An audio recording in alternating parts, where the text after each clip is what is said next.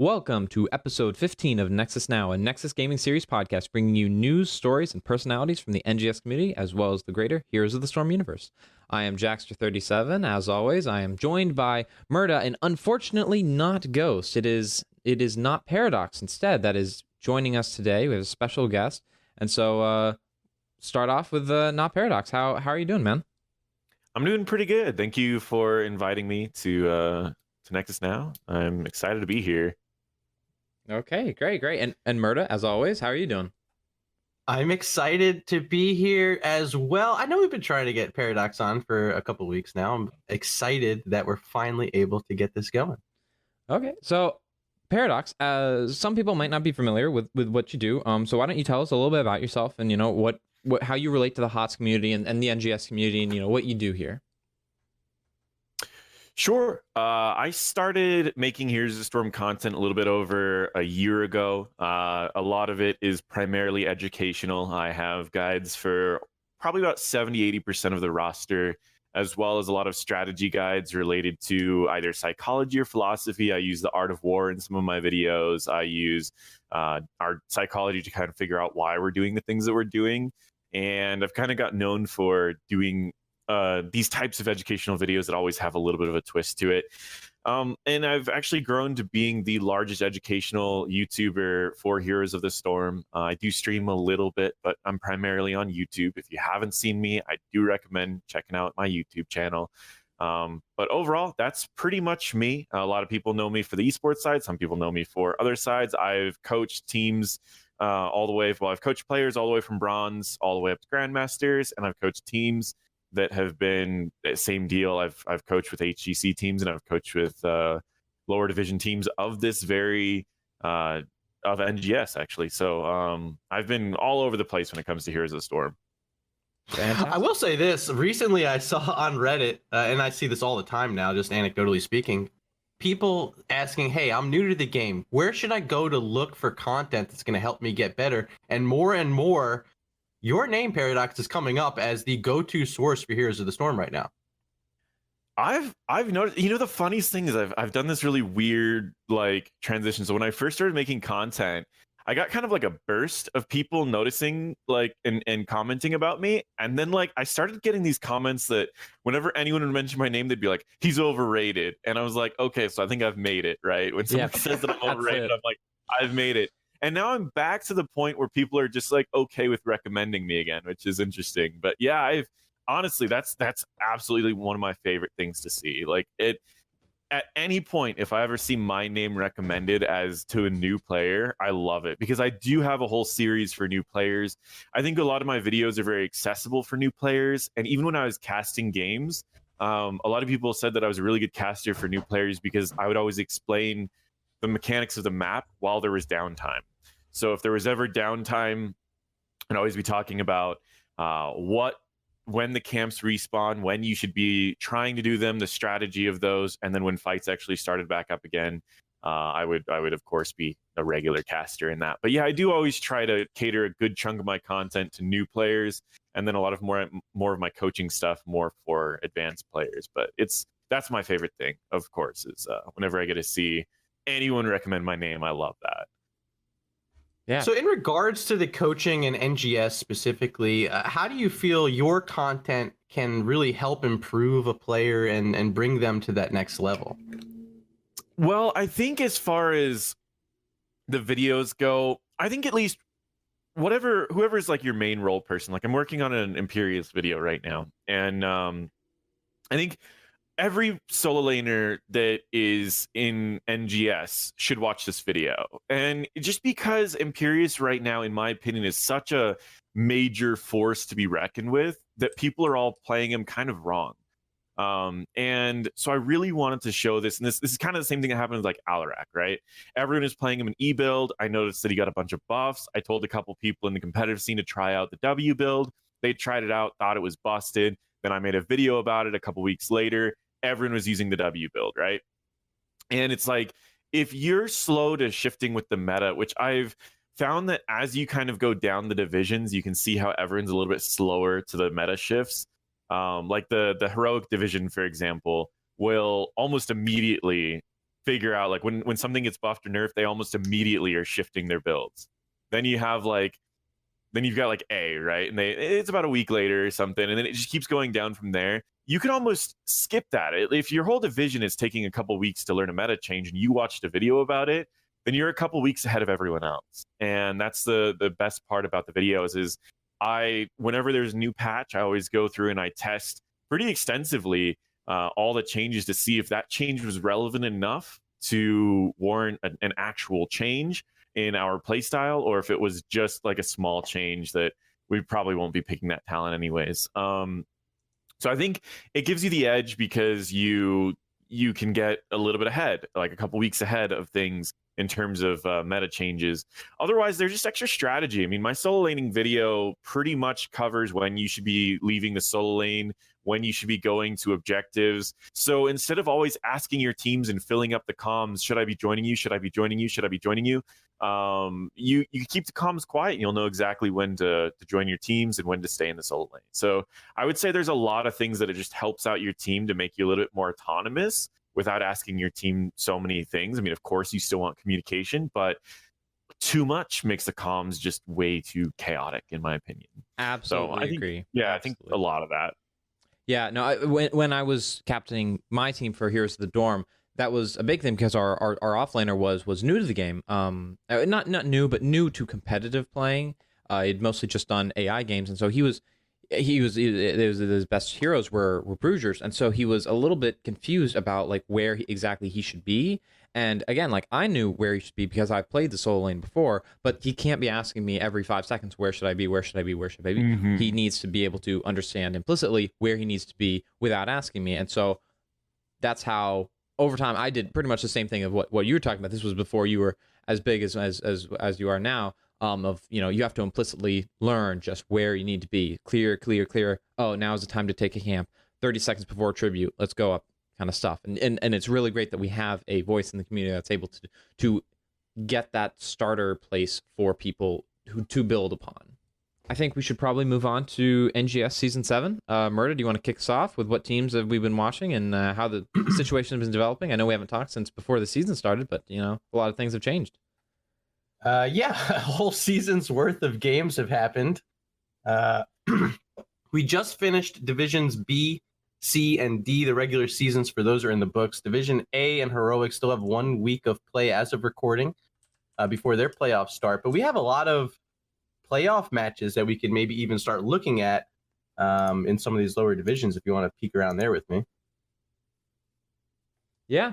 Honestly, like, can I lead off with like some teams that I've been having a lot of fun watching? Sure, yeah. So first one I want to give a shout out to is Winky Face. We were talking about him before we started recording. Yep. They were playing Regen Anomaly, right? And yeah, coming back 25-1 on Towers of Doom.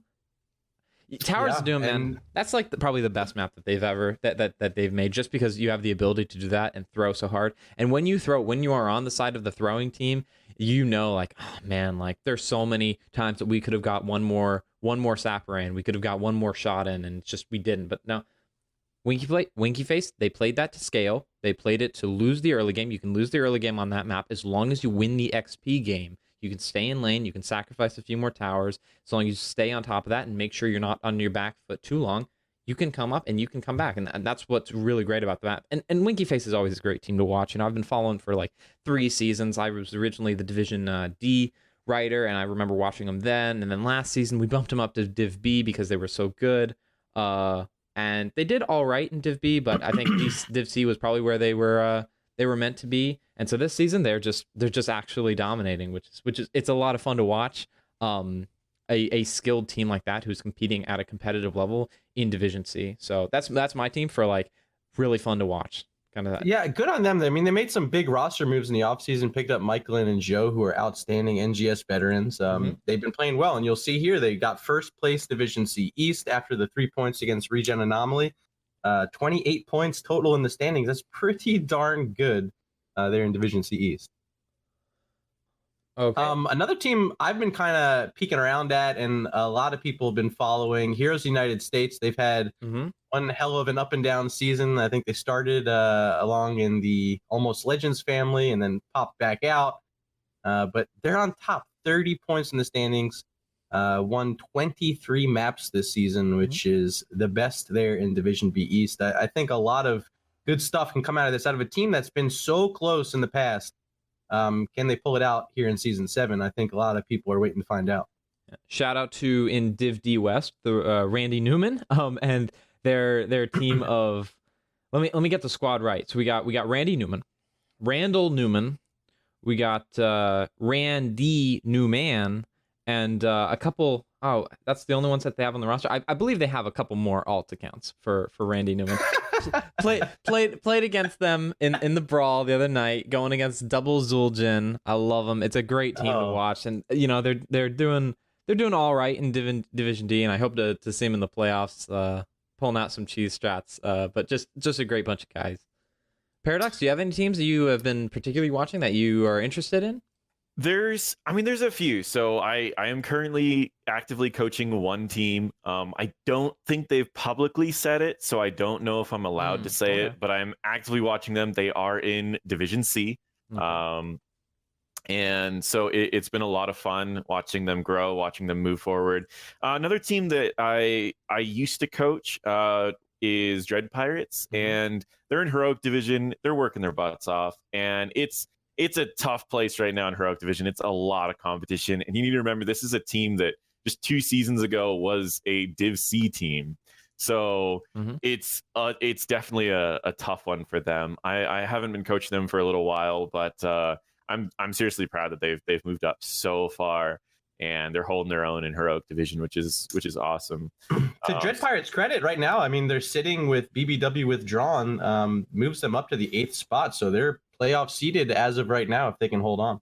Yeah, that's awesome. The great thing about Heroic this season, and we'll probably get into it a little bit later as well, is that I think it's a lot more competitive than it was last season. Murda, correct me if I'm wrong, but it looks like we have a much healthier curve in terms of like not as many stomping teams and not as many like being stomped teams. Hey, let's just look right at Heroic Division, because last season, even the season before, it's been the celeb gaming show. They make a couple roster moves that maybe hurt them a bit, and they've fallen all the way to 6th place right now. They have a few less matches played than some of the teams above them, but I mean, this isn't the same sort of scenario we've seen in the past with celeb gaming. I mean, to be fair, they've only lost 5 games, looking at the standing sheet right now. So that is actually the second lowest amount of losses right after Broken Alliance. So it's been a lot more close games. They haven't been getting as many dominations. Broken Alliance is still far and away the leader in this, but after that, it becomes a lot more muddled. Points wise, win wise, it's very even from 2nd all the way down to like 6th.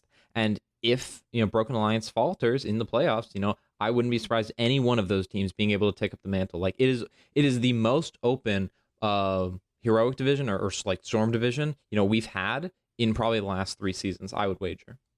100% agree. Let me quickly, I think I'd be remiss not to mention this quickly because I heard you bring up their name, but Broken Alliance Gaming recently picked up by the sponsor Broken Alliance. It's amazing news. This is an NGS team that's been playing really well. These players getting the recognition they deserve.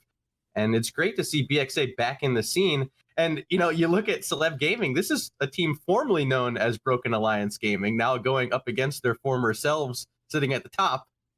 Kind of curious, and I think it'll be a lot of fun as the playoffs shape out. Oh yeah, I think it's almost going to be a little bit of a rivalry because it's like the new Broken Alliance going against the old Broken Alliance, and they're trying to prove that the new ones have a place to be there too. So it's just kind of interesting. I've got friends on both teams, so it's really interesting for me going, which one do I root for when they're going against each other? But I could take the blame on one of those CTV losses. I subbed in for him a couple times, and one of them I did end up losing. But it was primarily just a weird thing. They had a couple subs, and it was just an off day. But yeah, it was. I can definitely take the blame off one of those. Is there anything else that either of you wanted to mention and going into the playoffs? It's gonna be really exciting. Honestly, I think I'm looking forward to this playoffs more than last season's, because last season's, I mean, I felt like it was good, especially in like a couple divisions, but like as a really Heroic A and I think Div D East were kind of blowouts. So I'm looking at this season and it looks a lot closer. I did do my place how accurate our placements last season, and I might redo that article this season to see if anything has changed. I'd be interested to see how those numbers develop, and I will update you guys if I do plan on doing another article on that. So so could you clarify? I apologize. Could you clarify what that article would be about? Sure. So I'll link it in the description. So essentially, I did the title of it was "How Accurate Are NGS Placements?" Because there's always a lot of debate between like, oh, I don't think my team was placed in the right division. Oh, I think they were placed too high, we were placed too low, kind of stuff. And so I dove into last season this article assessing wins and dominations based on all teams, and then I projected them all out on graphs to see, do we have a U distribution which would indicate a lot of dominating teams and a lot of like losing teams, or do we have like a flat distribution where their teams spread out throughout? Because inherently with any type of matchmaker in any type of game, whether video game or in real life, there will be winners and losers. That's just unavoidable. Of course. What you want is a healthy standard distribution of games where there are a few big winners and a few big losers, but most of the teams will lie in the middle. Most of the teams will be right in the middle where they're winning between, 30 to 70% of the games. That's where you want most of the teams to fall, because if that's the case, then it shows a lot of competition, a lot of hard fought victories. We don't want a lot of stops in NGS. And so I looked at these and I looked at survey results based on, what people thought their teams, if they were placed too low or too high. And what I found is that for the most part, outside of the few divisions that I talked about, A and Div D East being the major exceptions, for the most part, we saw healthy distributions all across the board in terms of like where teams are being placed. Not to toot our own horns, I went into that article, specifically curious to see like how good are we, because we like to pride ourselves on our placements being pretty good, because their survey results always show like at least 2/3 of the community says they're fantastic, just not right on, and then about another quarter will say maybe a little too high, a little too low, and only like under 10% will say way too high or way too low. So I mean that's like a real pride that we have, whereas maybe some other leagues in the past or something else have had issues with a team that we have evaluated to be Div C playing against a team that we've also evaluated to be Div A, and then they play in another league and it's a stomp. Well, kind of course it's a stomp, and we use our MMR ratings to like make sure that teams are where they should be. And I lay out the process that we do it. We like to be very transparent about that. And so that's the article that I did back then. I wanted to update it with this year's statistics, this year's survey results, and I want to see, how it happens, how it works. And quickly, Jax, you are our main editor here for NGS, nexusgamingseries.org to find all these articles. But Jax, any other cool articles from this season you want to quickly highlight that we can mention on stream? Oh, absolutely. So starting the season off, I have to give a big shout out to Butte Holiday's psychology post. Yeah, so I will link this. And like the first week, this is the article that she actually used to see to audition for the role of writer, and it's essentially worded. It's quite wordy, but it's worded as a legitimate research paper designed going into the psychology about how teammates in their different roles, how they know what to do, how they relate to everybody, what their jobs are, what their roles are. She interviews a bunch of different players. It follows up. So that's like my first one.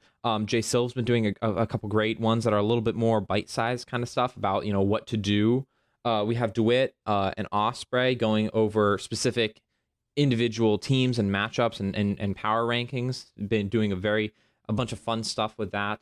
I want to mention all of my writers because they're all doing a great job. Fear has been doing a good job with the interviews and the coaches columns. Let me see if there's anybody that I'm missing. We just got a new writer, Nathan. He is yet to make his first article. I believe his is due in about a week, so we'll see what he comes out with. But I'll put a couple of my favorites in the descriptions, but stay tuned to the blog page on NGS because it's a lot of fun, and they really do enjoy it, and I enjoy reading them. So I hope a lot of people do too. Yeah, one of the biggest things I want to talk about NGS Season 7 and like what the league as a whole and a community has been able to do is really come together and start propping up a lot of this content around NGS, including those articles just mentioned. We also have the new Ladies of the Nexus on every Saturday night, hosted by Sky Bunny, where women from NGS are coming together playing games, having a good time, really casual setting, and encouraging inclusivity in the community. I think it's been fantastic, and it's been a lot of fun for everyone showing up on Saturday nights. We also have Sunday going on right now as of our recording, the NGS Rewind on the NGS Twitch page hosted by Arrow, where he's going back, picking up games that were uncasted during the week. I think today he has 5 on the schedule. We have 5 full matches for you on a Sunday afternoon. Fantastic addition to NGS.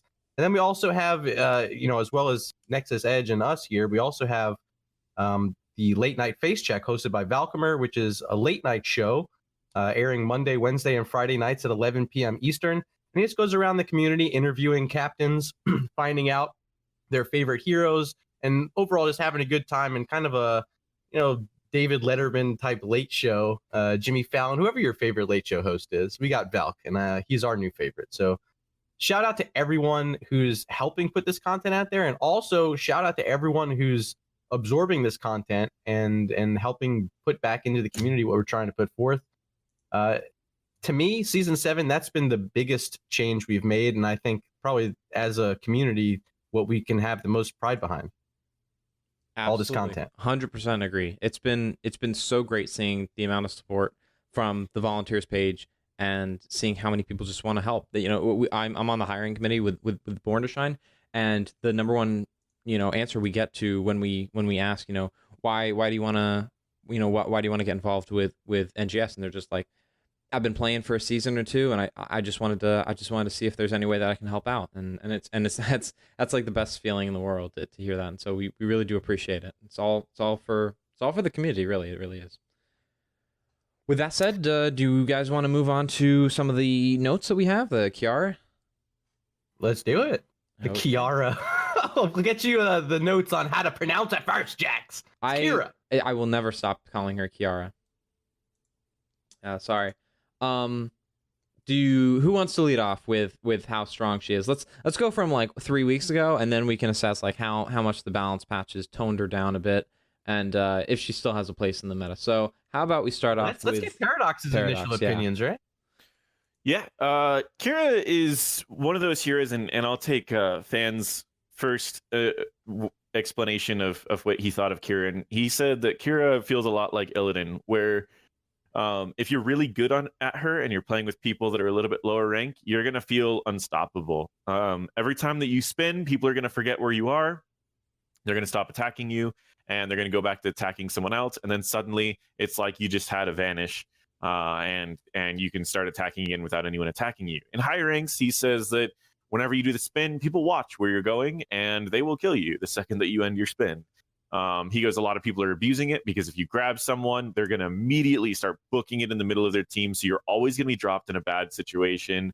So other than the fact that she just did a lot of damage and was rather tanky, he says that she was pretty easy to counter. And I do agree at the higher levels. That's exactly what I was seeing as well. But as far as a number standpoint, I felt like she had the health and survivability of a bruiser while also having the damage of an assassin, and I figured they needed mobility, and I figured I was like, they need to answer one of those two major pieces. Do they want her to be a bruiser and in a solo lane? Let's give her more survivability and less damage. Do they want her as a damage dealer in the 4-man? Let's ditch all that survivability.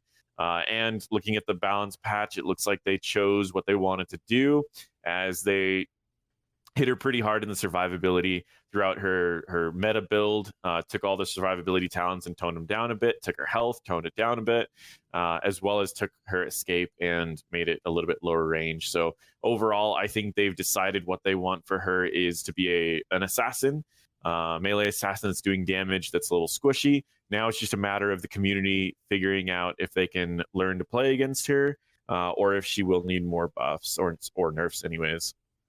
Yeah, specifically 2 of those changes for you at home to reduce that survivability. Fatal Wounds got a big nerf. 125 stacks was the former requirement. Now it's up to 200, and you're also going to get that bleed damage reduced from 50 to 40 with this latest patch. So a bit of a hit there on the W. And then the bigger change, and this is to the survivability, level 7 Healmonger on that W, it's been reduced from 205 healing to 190 on each stack. So that it does a good bit of making it so she's not just getting a full health bar when she's in the middle of a team fight every time, but she still has ways to get health back. So we can't like discount it completely that she just definitely. Right. So she's still going to be getting health back. You still have to worry about CCing her. And, as you mentioned, the higher levels, you got to be paying attention of where you're dropping her off after that spin. And, to further add to that, I think there's a lot of heroes out there that are outstanding at making that spin be a non-issue at all. You think about heroes like Maiev, just vault away. You got the Haka, drop down your burrow. Jaina, just pop in an ice block. So many options to just go unstoppable for a second, hop her off of that spin, and then I think, like you said, a really good opportunity to just kill Qhira right there. Oh yeah. When it's funny, when she was in PTR, I got in a group, and it was pretty much all heroic division players. They were all people that were grandmaster, and we were just messing around with her, and we learned really fast that you're gonna have to pretty much instantly reset your E for just a basic stun, because it was just spinning around almost always killed you. Like you spun on a Joanna, she's gonna turn unstoppable and just drop you off behind the team. Same thing, the ice blocks, anything like that. Even if you just hit someone like a Tracer, she's gonna dash 3 times into her team, and then you're just stuck. So you just have to be very quick on your E's. Unless you're kind of alone fighting in a 1v1 where you can just grab them, spin them around, and then pop them back further away from their towers, then yeah, that situation could work out okay. But she is pretty easily countered as long as you are paying attention. You don't even really need to draft too heavily against her. I think every group has a few tools to deal with her. But if you really wanted to, an easy cleanse could really ruin her day, and just focusing on her drops her down pretty quickly. But yeah, as far as survivability, her health was reduced, her health regen was reduced, her healing on her W was reduced for at least a level 7 talent anyways. And they said also, I believe there was a tweet, I'll see if I can find it, that said that they're also looking at her armor talent. But that really isn't the main pick talent, so I don't think we're going to be too worried about that. Yeah. Yeah, I agree with most of the points given. She is counterable, especially now after the nerfs. But I think Illidan is probably not the most apt comparison, like what Fan was talking about. I think a better comparison would be Tracer on release, because Tracer was pretty much the same in terms of like win rate, 56-57%, and everyone hated playing against her because she was a pub stopper. And so that did not save her. The fact that she was able to be countered by point-to-click abilities, Kael'thas, auto attackers, didn't save her from getting immediately nerfed like 2 weeks after release, and her survivability has been continuously nerfed multiple times. I don't know, because Fan's whole point revolved around the fact that like she's able, CC counters her, and to an extent, yes, but you can also say the same thing about pretty much every OP characters. Like CC is the way to like kill them. Like they're weak to CC. It's like, well, like on release, Li Ming was weak to CC. Kel'Thuzad was weak to CC. A lot of heroes are weak to CC that don't just have base unstoppables in their kit. That doesn't make them any less OP. Her bleed damage was too much. It was. I mean, that's just a fact of the matter. Is that her numbers were just way too high. When you can, as long as you land one of your skill shots, you have two. Your D or your E on a squishy, they're pretty much going to die, because it's pretty much impossible to stop the Qhira from killing you as soon as you throw out your bleed and then your W, and that's pretty impressive. As for the nerfs, they're impactful. I'm not gonna denigrate them, but I think a lot of it was just like getting them back like to a respectable level. 125 stacks on the bleed. It's like that was the easiest talent in the game to finish. People were finishing it in 2.5 minutes, kind of stuff. So increasing it from 125 to 200, while it seems like a lot, it's just going to mean that people are not finishing it in 2.5 minutes, but they're finishing it in like 4 minutes. So I don't think it really changes anything too much there.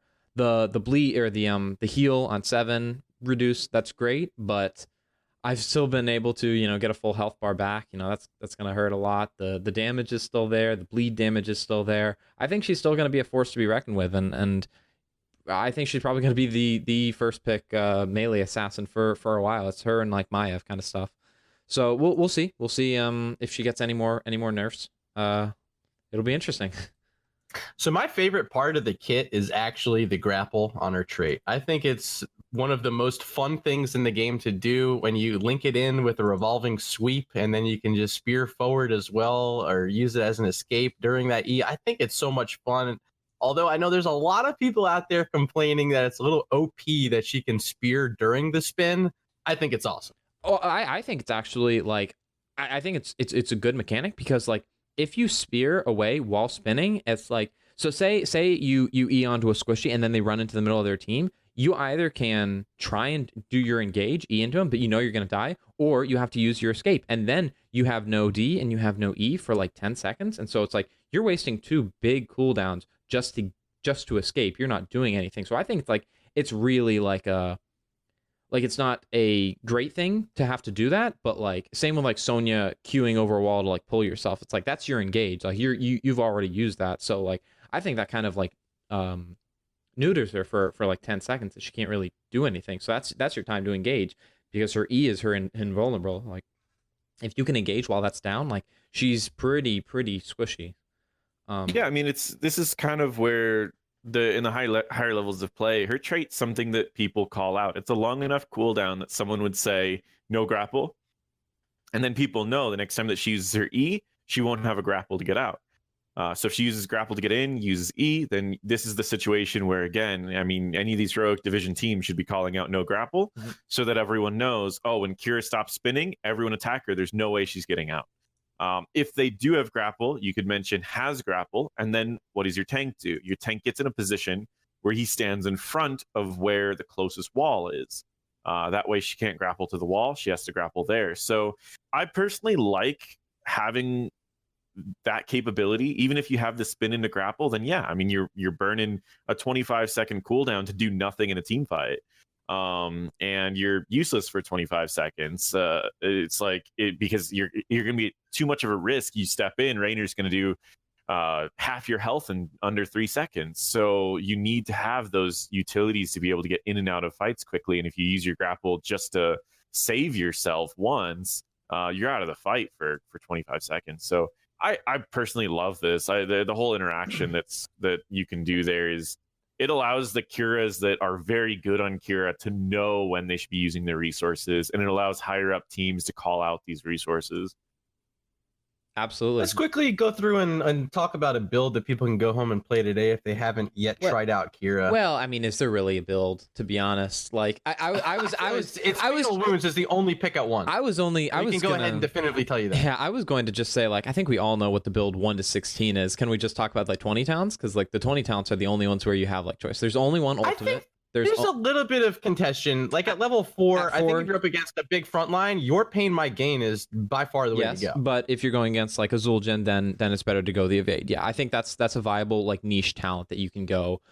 Same with like the 13, I believe. No, it's just 13 because I like chainsaw, and there's a place for the others as well. But no, it's 16. It's 16 where it's spell armor. You can go spell armor if you're going into a spell heavy team, but most of the time you want the increased stun duration because again, what happens is that counter that Paradox was talking about. Oh, they lead you into the middle of their entire team. Well, you get that 16 talent where you're AOE stun. Now it doesn't matter that you're in the middle of the team. It's actually a better thing. Yeah, now you're set up for your team. Yeah. Now you can set it up like that. So I think that's a pretty self-explanatory. The only talents that I've like when I'm playing Qhira that I have any like debate about is level 20 talents. It's like they all seem very good, not game breaking, but all kind of good. The ult upgrade for what is it, Final Slash or Final Strike? Final Strike. Resets, very fun. It also does more damage. The grappling hook upgrade now it doesn't have a cooldown. Essentially, that's essentially what this talent does is you can use it pretty much as much as you want. So that removes another one of her weaknesses.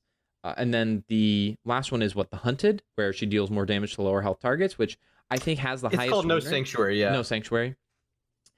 I'm not a fan, honestly. I haven't found too much value with it. Yeah, like, it seems, I think it has the highest win rate, but like 20% more damage, like you're already one-shotting people. I don't think you really need that. So the vision is good, but yeah, I'm not sure. I personally go the ult upgrade. You need to also kind of remember like where it fits. This allows you to gain movement speed so you can use your utilities in other ways. This also, vision is extremely important. The higher rank you get, knowing where everyone is. And it's a really powerful vision thing only because it's below 50%. You don't even need to get people that low to always have vision on them no matter where they go. But if you do get them low, you know exactly where to fire an ult, you know? Because if they start walking away at low health, then you're like, oh, you're hiding in that bush, ulted. And so it kind of forces everyone to, instead of backing in bushes that would normally be safe, to pretty much have to book it all the way back to a fort. And it's going to increase the time that you're not in the fight, not near the objective. So the value isn't necessarily just the, oh, you do 20% more damage. It's you're moving 20% faster so you can get around the team fights more often. The vision is a way to finish off enemies, but the vision's also a way to force the enemies to stay out of fights even longer, because now they can't back anywhere near the fight. They have to back pretty far away, and it allows you to pretty much win all the objectives passively. It's a really, really powerful talent, and it's just, it does so many little things you don't think about, and then like one or two things that are direct buffs on the talent. I would say that if they remove the 20% damage bonus, this would still be the meta pick in high rank. Schooled.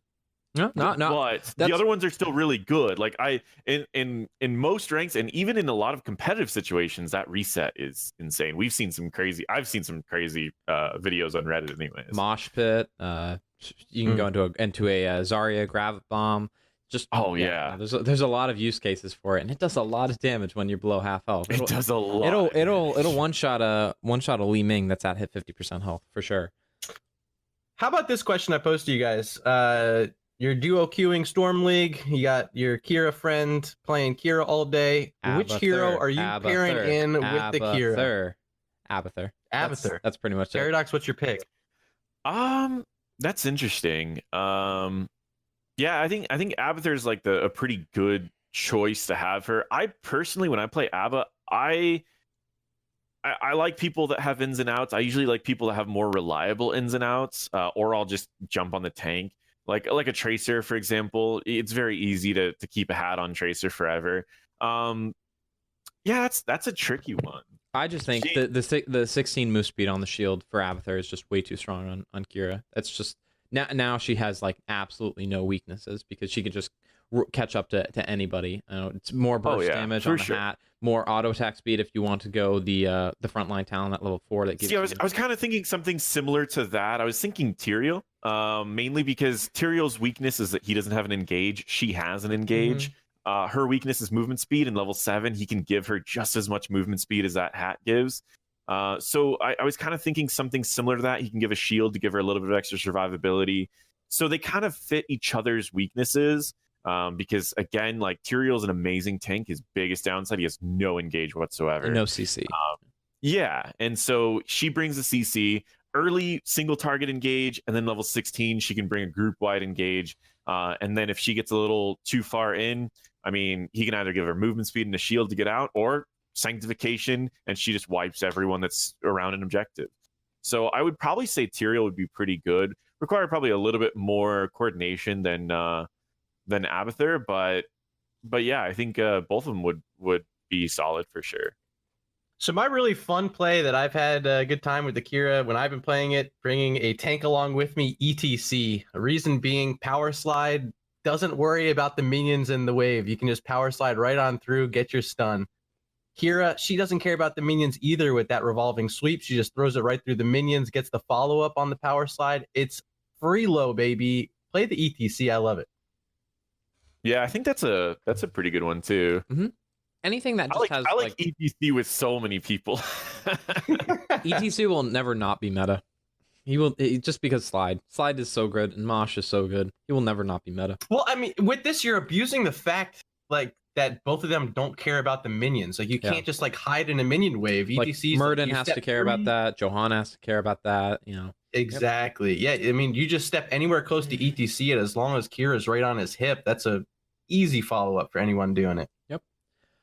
Why don't we move on to the patch notes that we got, just cruising over those. I think what we will do is we will go to the August 28th patch notes, ones that happened a couple days ago, that had the Qhira nerfs in them.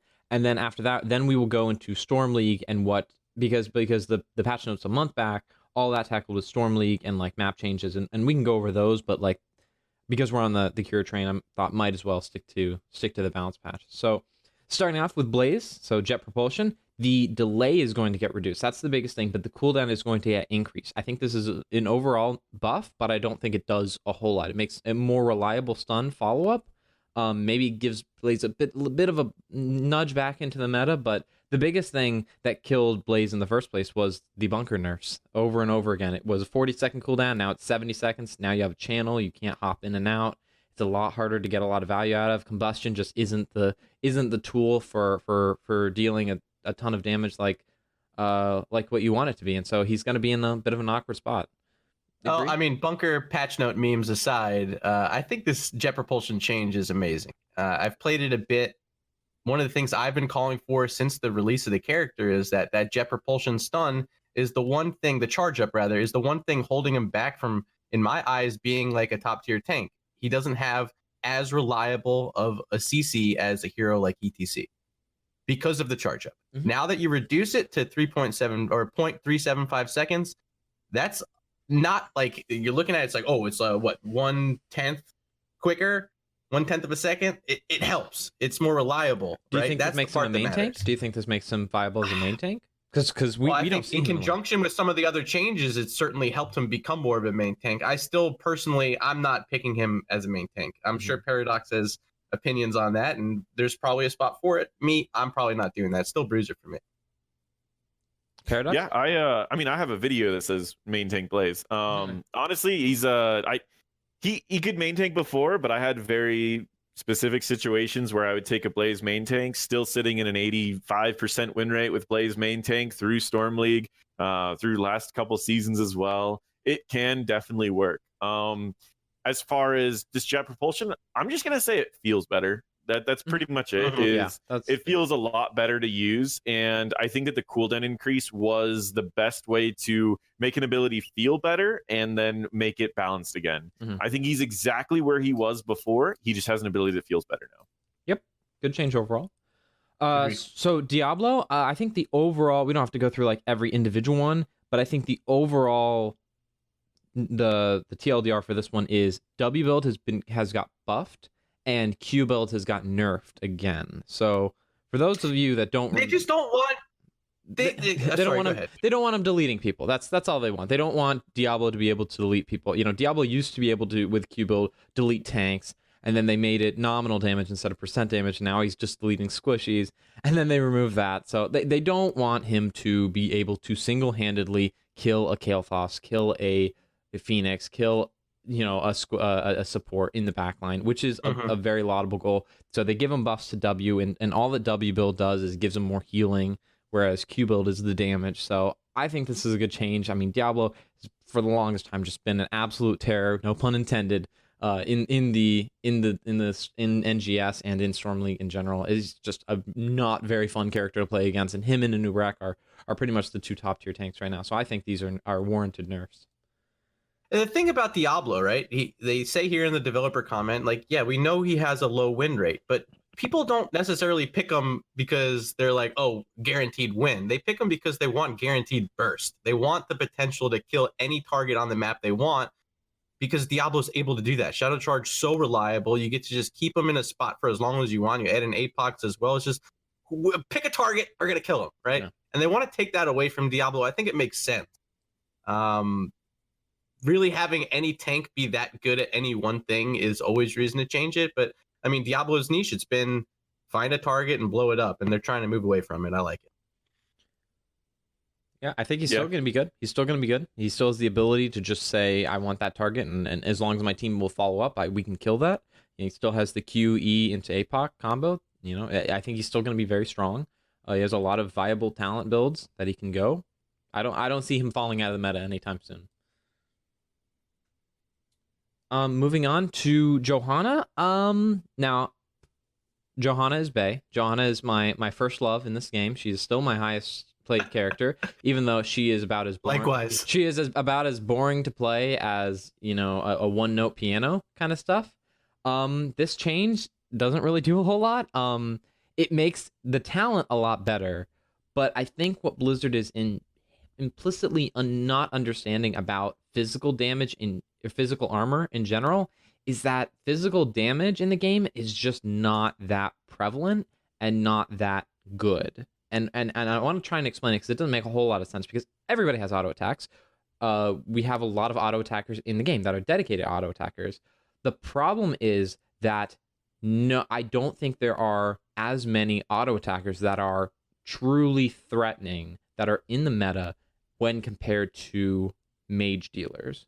So I think if this was like spell armor, it would be so Broken. ridiculously busted. But the fact that it's physical armor, so like Urel has a very similar talent to this, Dauntless, where she gets 50 physical armor for 2 seconds, and it's not meta. Cassia hasn't been meta, even though her thing is physical armor. So like Cassia got released 65 physical armor, and she wasn't that meta after they nerfed her charge strikes at 1 because people just discovered, oh, hey, she is as squishy as a paper bag as long as you bring at least one mage, as long as you do one magic deal. You put a Kael'thas bomb on her, she'll blow up.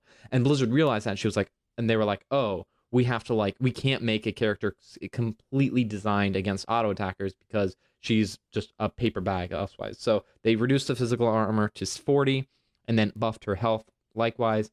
The problem with Johanna, you know, this talent is that it just, I can't see it being a counter to anybody other than Butcher and Zul'jin.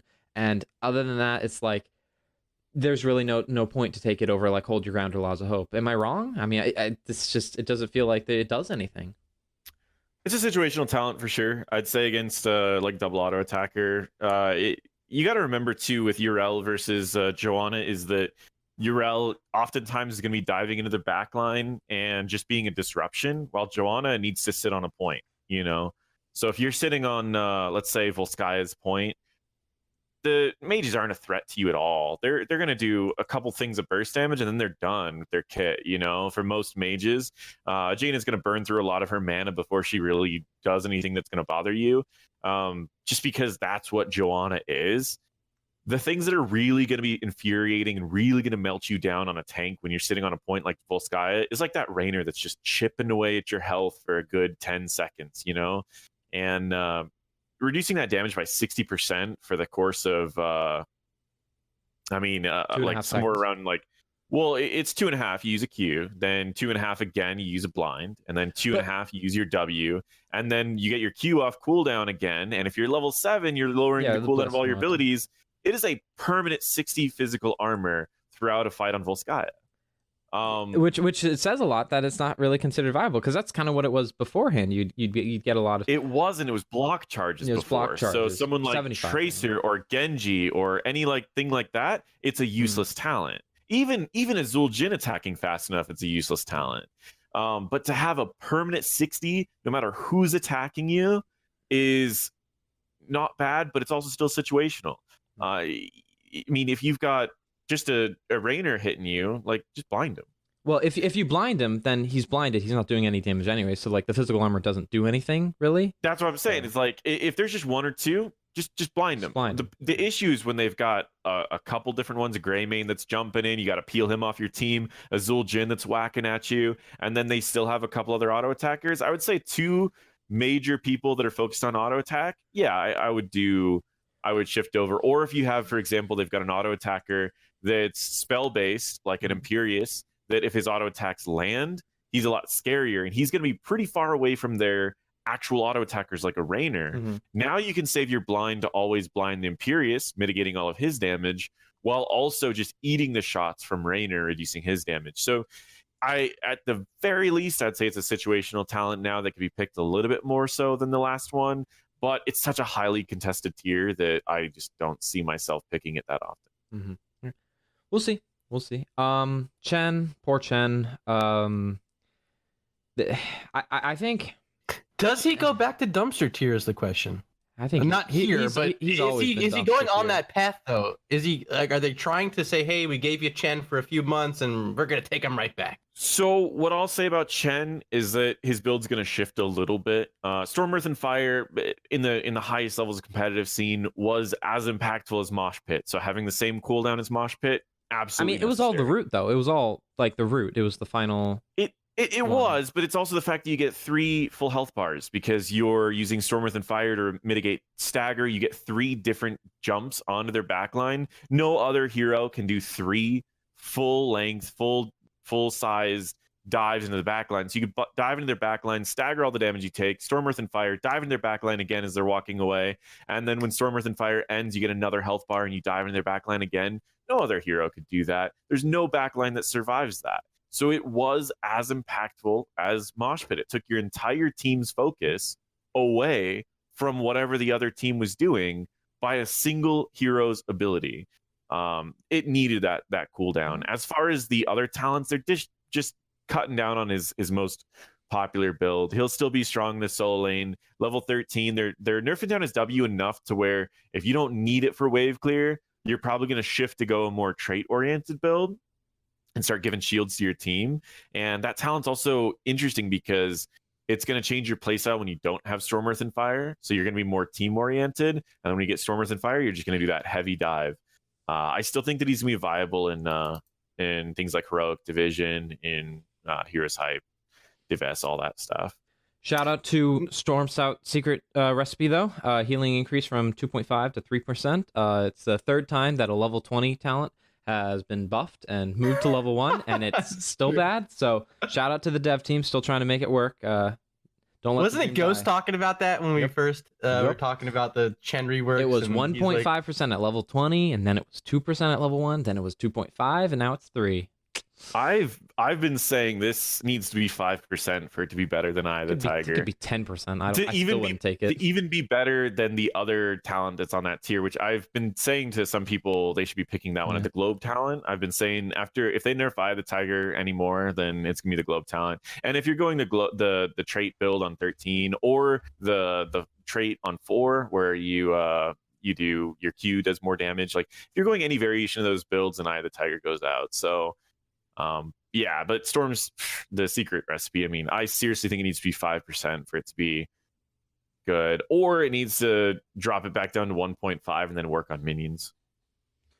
Okay, let's pick up the pace a little bit because we got a lot of notes to go through. Sure. So we'll try and go through Imperious. Some small buffs. It was really that mana nerf that just completely devastated his E build, and then he just never really recovered from that. He's strong in the solo lane, when you are going against someone who you can just get continuous marks off of, but it did take a lot of teeth out of him. Are there any changes here? Do you think Battle Hunger at 4 sees a little more play now? It's between that or the armor talent on E. They're both pretty good. What do you know? The Regen Globe talent has not taken the world by storm as Ghost anticipated on the last podcast. I can slag him off. He's not here. He decided to not show up today. That's his problem. So yeah, Battle Hunger is good, but I'm probably gonna stick with the armor talent because 25 armor every time your E is up and you can reduce the cooldown of it seems pretty good. I don't think anything else changes. Leoric. I was just going to say really quick on Imperious. I've been saying people have been building him wrong since he got his rework. And I've only seen 1 or 2 people build him correctly, and they just absolutely destroyed. I think this is going to be the opposite of the Chen. Well, this is the earlier Chen problem where the pro scene was using him Chen in one way, and they were absolutely dominating to the point that he was permabanned, and then he got a buff. And I think Imperious is actually at that same point. Not as scary as Chen, of course, but there's a build you can go that by 16 you can pretty much fully heal yourself in 3 swipes as well as doing about 2,000 DPS. It's insane, and all you have to do is spear 2 people and get that 16 talent, and you'll have 25 armor. You'll be healing yourself full health bar in 3 swipes. It's absolutely insane. And heals more. The E heals more for the more it hits heroes as well. The lower health that you are. Yeah, that's the one that I meant. Yeah, and it's absolutely insane. Yeah, So it's like you're pretty much unable to be killed, and then you just, if you're just okay with your ult, to where like you know, to if you have a tank that has a guaranteed stun, for example, you're gonna pop your ult right as you're going to a fight, then ETC slides, you immediately throw all 6 spears at whoever he slid at, instantly killing him. Like there's a lot of tricks you can do on Imperius that make him really scary. That seeing buffs on him right now scares me a little bit when people just haven't really gotten a feel for him. I think the solo lane's so dominated by like Chens and Rexars that people aren't thinking about the fact that Imperius is actually pretty good. But we'll start seeing him peak out, I think, with some of these Chen changes. We will see. Leoric, mostly just buffing survivability talents at level 20. I don't know if they can. I don't know if they can compete with Buried Alive. Silence is just really strong. Medivh, that is a troll talent. That is actually the biggest troll talent in the game right now, which is a lot of fun. But it's absolutely worthless. There's like no point to it. Tassadar, I don't know why they gave him these changes right before they say they were going to be doing a rework on him. Maybe I'll tell you why. Okay, tell me. There's a lot of people out there with a lot of salt in their mouths after how horribly positioned Tassadar has been in the meta for about 1.5 years, 2 years, since HGC just couldn't have any more of them. Unpopular opinion. Unpopular opinion though, people just don't know how to play Tassadar. It was like, I play Tassadar and I have like a 70% win rate with him. He's the easiest character to play. You just go W build and you are essentially a double soaking god, and you can just like, I will finish games like top XP. You just double soak like what a Nazebo does or a Jaina does. It's the easiest thing in the world to do. And then you join a team fight with Archon and then you just win. I mean, you can go Force Wall too if you want to rely on your teammates, but like, I don't know. Like, I think people are trying to play Tassadar like the wrong way. I mentioned that a while back in I did a Why the Pros Play Tassadar, and I literally said he's a Swiss Army knife that's just picked up to fill it whatever your team's missing. If they're missing wave clear, he handles wave clear. He can do a little bit more damage if your team's missing damage. Otherwise, he adds some survivability. Like he's just a Swiss Army knife. Now, he's a ranged DPS. Yeah. With these changes, they've buffed his auto attack build to the point that you could legitimately pick him as your team's ranged DPS if you wanted to. He won't be used for that in the highest levels of competitive scene, only because you can't stutter step with him. So that's the biggest issue, is you're just a turret that gets placed down. And when the team fights tend to stand still in some of the lower ranks, then he's going to be really, really powerful. High ranks, he'll still play pretty much the same role, and he's getting reworked soon. So I don't worry about it too much. Oriole. Poor Oriole. Wait a minute now, because I've played some Oriole this week and I like it. So what this does for me, at least, if I walk into a wave as Oriole and I do one big sweep onto the wave, I'm leaving that sweep with 80% hope. If I have my hope generator thing, what's the crown called? If I put that on an ally and they just do like 1 or 2 auto attacks, I'm at 100%. Poor Oriole. That's what Oriole needs to be competitive. She needs to be able to generate her own hope. Now she's able to. Poor Oriole. She definitely got a lot better in solo queue, I'll say. Yeah, but I don't see they still haven't fixed her implicit problems with her at high level, which is the fact that she can only heal every 4 seconds. This is actually a step in the right direction. So the issue was in competitive, when her cooldown of her W is lower, then if you had a really good energy generator, or battery anyways, however you want to call it, it was too overpowered because you were just constantly healing for so much. So they increased the cooldown of her W. If they make it to where your generators do less, and then you have to do more on your own, they could easily reduce the cooldown of W now. So I think this is a step in the right direction, and this is going to show them, okay, is 30% enough, or do we need to drop it down to 25%?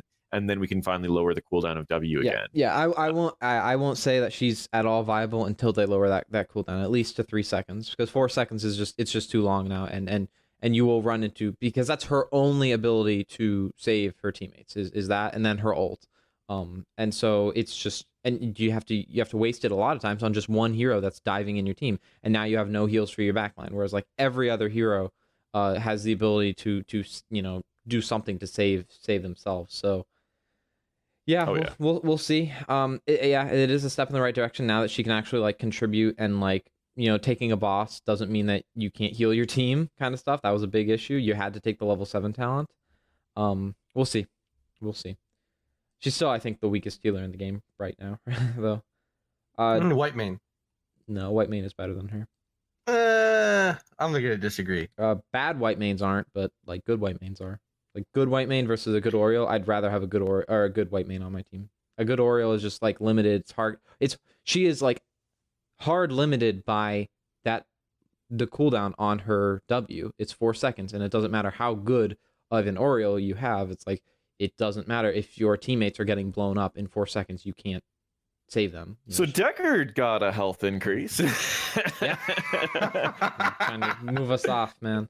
Here's the thing about Deckard I like. I think at level 16, safety in numbers, a lot of people are talking about, like, I'm just out of mana. Now you get 50% increase when you're standing near those allied heroes at 16. I think that helps. Is it enough for late game to have the mana, though? It's still I've been saying forever that there's 5 things that I don't like about safety numbers. I'm only going to talk about 2. One, it should be a level 13 talent. Yeah. Number 1.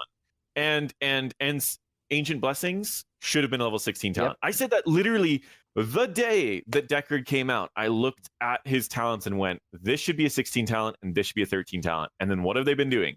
They've been nerfing safety in numbers, buffing safety in numbers and nerfing Ancient Blessings ever since he came out. I'm like, just move them. Yep. Because then Ancient Blessings would be on a really contested tier. Yep. And it would actually be a level 16 strong talent. And safety in numbers would be on a not very contested tier. And it's like, now it's just so weird. So that's my number 1 issue with that. Number 2, 3 allied heroes means you have to have 4 people all clumped together. And in a mage heavy meta, like you mentioned earlier, Jax, Smiles and Kel'Thuzad. You never want to be that clustered. So it's just not good. And trying to convince your team to do that is not only a bad idea, but it's just never going to happen. So it's like, those are my 2 major issues about this talent. That unless those are fixed, they could buff this talent as much as they want. They need to bump down that from 3 allied heroes down to 2. So it's at least if you run two range DPS, it's not as terrible. But normally a group will have 2 range DPS, a bruiser, and a tank. If you're in a position where you have 3 people near you, something is wrong. Yeah. And so that's that. Cube Mastery, reducing its mana cost and increasing the cooldown reduction. I mean, cool. It's a talent I wasn't normally picking, but I think it puts it at a place where I might find it in a couple situations, maybe. If people aren't comfortable with Emerald, and they don't still see a whole point for Kanai's Cube, you can go Cube Mastery. That's not too bad. I agree. But yeah, no, I agree 100% with what you said about the 13, 16 tiers. You have to go safety, or not safety numbers. You have to go Ancient Blessings, and you have to go. 16 is actually, you can go the Heraldric Staff if you're going against like a. I think they're both situational now. Like even 13, I think that the bigger potions, I mean, healing for like 1,500 on a single potion. If you have a team fight or a map where you can kind of go in and out, like Volskaya is one of my favorite examples of this. We've seen that talent actually go really well on Volskaya too, where people can take a step out of the point for a second, heal for more than any other healer in the game can do if their team is coordinated enough to not pick them up while they're growing. And you're on a map like that where you can walk in and out of fights and not have to worry too much. It's a very powerful talent. Now, Ancient Blessings is still amazing. But yeah, I think 13 and 16 have situational talents for sure. Either or. Same thing with 16. I think Staff against Divers is great. I think the crit, critting people for like 1,000 on a healer is insane. Yep. We'll see. We will see. I don't think anything changes. I think the health buff is really nice. I think he's already in a fine position. I know they're upset that he's still like not in a great spot, but I think that's mostly because people can't land pots. So yeah, I think most healer mains have like moved off of Deckard, and he's always a fun one to play for me, at least. Karazim, trying to make heal a little bit better. This is a quality of life thing for Karazim. Yeah, so that the two will interact. Yeah. He had the Heavenly Zeal change where he gets that dash bonus heal. You dash to an ally, you get to heal him for an extra 50% for 3, or I think it used to be 2.5 seconds.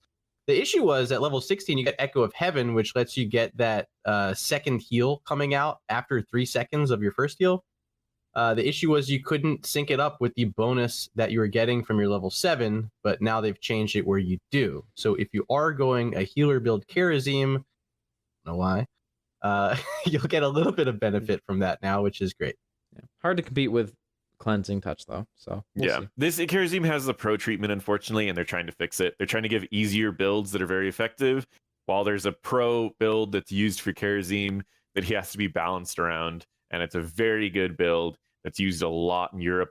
It used to be used a ton in Korea, and that's just the hard part about that. But Rhaegar, so Blizzard said in the dev comments that he's at the highest win rate in the game, and he's not the most popular, but he wanted to, do some changes, and obviously they thought that the best idea to tone him down a bit would be to buff him. So a little bit counterintuitive, but we'll see if it works out in the end. So the cool thing about this developer comment is that they're saying, hey, you guys don't realize he's overpowered yet, but our internal numbers are telling us that he is. So let's buff him. Before you guys realize it, we're just gonna go ahead and change some stuff. I mean, is it a buff though? I mean, obviously he got some like stat reductions at very the top tiny, tiny stat reductions, but like they buffed all of his level ones. Yeah. I will mention a little bit about like this. So when you do nerfs and buffs, there's these things called thresholds, and if you're really familiar with on how to balance like card games, for example, the best example of this is Lightning Bolt.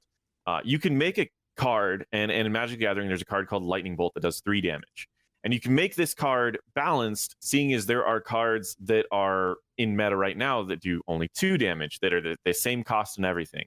And yet those cards that do 2 damage are sometimes considered overpowered when that card that did 3 damage wasn't. And it's because of thresholds.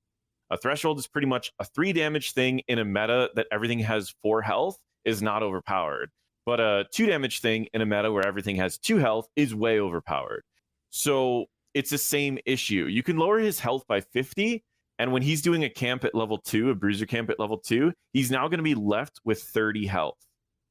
And that's enough for anyone in the game to just throw a blind ability over at a throw a blind flame strike or a blind globe over to a bruiser camp at level 2. There's a good chance you just pop a Rhaegar. And so that's where the thresholds come in, is like, this seems like a very small health nerf, but it could be just enough to turn the tides in a lot of situations where Rhaegar was really strong. To have a support be able to do, or a healer anyways, be able to do a bruiser camp at level 2 on Dragonshire and pretty much dominate the top lane despite the fact of also being in the bottom lane is incredible. And that's kind of where I think they were trying to adjust this is, hey, let's buff his team capabilities and let's see if we can lower his camp speed. Let's see if we can lower his survivability during camps by lowering his attack damage and his health while giving him just more potential in team fights, which is where he was the weakest. He has the highest win rate because he's the only healer that can do camps and waves. Yep. And he's got everyone complains about his healing during team fights. So they're like, all right, let's give him a whole bunch of utility in team fights and let's start a step in the direction, dropping down his stats a little bit when he's dealing with camps. So a couple new builds may be coming out of this. We can start talking about a totem build for Rhaegar, which I don't think's really been in discussion ever. Well, because now it was, but you couldn't not take cleanse at 7, and then now there's a totem talent at 7. It's all right, but you don't have to take it because you have Colossal Totem at 1, and then you have the totem upgrade at 16 kind of thing. So you don't have to take the 7 talent, but it's better with it. But cleanse is still cleanse. And then you have the other build, which is my preferred build that I have the most fun playing, is just a straight up trait build Rhaegar. And I think this change at level 1 with Wolf Run is a lot of fun because one of his weakest points for me, when I go in, I do my lunge attack from Wolf form. The issue is when trying to get back out of there can be an issue. Yeah. You got people trying to CC you and whatever. So I would just lunge in, instantly walk back. And now that you get this reduction on hopping back into wolf form, you're just right back into your cycle again that much quicker. I think it's cool. Yeah, definitely. Oh, yeah. I'm excited for all of the possible builds. Last thing to mention about Rhaegar, Farsight has been removed. I would like to take a moment of silence to mourn its passing. Is that the last one? This is the last Farsight in the game. I mean, Chromie still has hers, but it's not the OG and Farsight. Flare on Rexar. Yes, but it's not the OG Farsight, which all the healers had on release. So I'd like to take just a moment of silence, if you will, to mourn its passing. Okay, and the moment is over. Sukov, it was a garbage talent. Never take it. Stukov is just getting his other ult buffed. I like the cooldown reduction. They're both niche ults. I think his ults are probably in like the best state now because you can choose to take whichever one you think if you want single target or if you want to wipe away a bunch. Again, stop me if there's anything that you guys specifically want to touch on, but we want to move through this. Nah. Taranda's in a weird spot because she is simultaneously the best and also worst support because she's the best support because she has the easiest follow-up to a stun, like an ETC or in a Diablo. But let's just talk about Ranger's Mark. Yeah. Honestly, that's the biggest thing here. Sure. So you don't refresh the duration of your Hunter's Mark. It's going to change a lot of stuff. You bringing her to something like BOE. Is your race enough to get through it before the Hunter Mark's down? Now you have to have a little bit of a trade-off there. I mean, I played like 2 games on her, and I went all straight build, and it was I topped siege damage, and I was able to like take camps. That was fun. I don't think be my biggest thing. Is like, I don't think it's necessarily meta though, because it was kind of just trolling. So I think there's a lot of like sleeper. I think there's one major sleeper talent in here. Like you don't need to go full trait build, but picking Huntress Fury at 7 allows you to wave clear. Mm-hmm. And again, that's big. That's big considering Toronto have. Yeah, Toronto. Yeah, and that's one of her downsides too. Is like she just doesn't have that. So like if you wanted to like walk out of an objective really quick, like say Alterac Pass is one of those objectives where like you could be stalling for a long time, and if one of your team members can like wipe a wave really quick, you apply a ton of pressure onto the enemies because they're like, oh, now we have to soak this or else they're going to hit 10s before us. To have someone like a Toronto who can walk away, clear that wave in like literally 4 or 5 seconds, and then walk back into the group is pretty strong. And I think a lot of people were looking at the Ranger's Mark, being able to stun more often. Don't get me wrong, that was the first thing I looked at. They were looking at the cleanse that got moved to 16, which simultaneously is a nerf and a buff. It's a nerf because it's later to get your cleanse, which is going to be really bad. It's a buff because now it's not competing with the level 7 lowered Q cooldown. So in the competitive scene, we're going to be seeing really low cooldown Qs, more cleanses, faster cleanses, all of that. But in like the lesser competitive, the fact that Huntress Fury is at level 7 and you can wipe a wave as a support, being someone like Tyrande, is really, really cool. So I would say don't ignore that talent, especially if you're in the solo queue Tyrande player. In the competitive scene, I still think lowering the cooldown of cleanse is going to be the pick. But for sure, I think that she's going to have a couple new builds. When I was playing her, I felt like my build was a little wild, but it did seem kind of like, I don't think we necessarily need to go in one direction for any build. I think it's going to be one of those heroes where you just pick the best talent in every tier. Yep, agreed.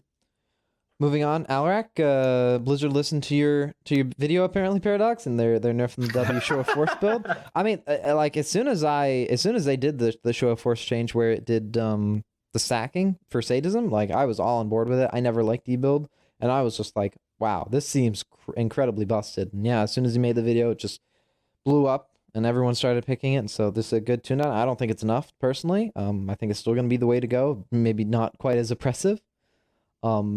Murky is Murky. Let's just avoid him. Qhira, we already went over We've talked about that, the nerfs for that. Nothing else really about that. Zeratul. It's a light buff, Yeah. and it's mainly done because I personally think that it's done because of how much they nerfed Q-build. Wormhole, so that now you can Wormhole take a couple hits and then you can get out. But generally, I don't think this is gonna make a huge difference in Zeratul. Yeah, no, not really. Chromie's in a weird spot right now. I still don't understand the rationale behind Temporal Loop, because she's no longer like an all-in-one blow-up mage. She's a sustained damage mage, kind of like everybody else. So I don't understand like why Temporal Loop is still a thing. Because I mean, it used to be that you would combine it with like Dragon's Breath and like an empowered Q, and you would do like 2,000 damage. Now it'll be like 500 damage. I don't understand like what her whole thing is. So there's a player last season named Valera. He hit Grandmaster number 1. His name is Valera. Sorry, this is going to be a little confusing. And he played only Chromie.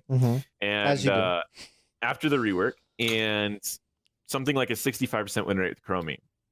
And he explained that essentially your R is more just CC really. Like you use your R to pull someone back into a fight, and then you use it for the cooldown reduction. So while you pop your R, you're like blowing up their whole team, and then whoever you pressed R on is back in the fight. So essentially, if the enemies are running away, you force them to turn around and fight, or they lose someone on their team. And if they don't turn around and fight, like if they do turn around and fight, you have really low cooldowns. And if they don't turn around and fight, you get a free kill, which usually means you win the objective. Yeah. And that's kind of how he explained it. But yeah, she's a sustained damage dealer. They're just buffing her underutilized talents. That's pretty much it. Yeah. Gul'dan, Rain of Destruction buff again. Again, like they've never nerfed Horrify. It's like that's what you should be taking a look at, not Rain of Destruction. You know, Rain of Destruction is actually in a pretty decent spot now that you don't have to channel it for a million years.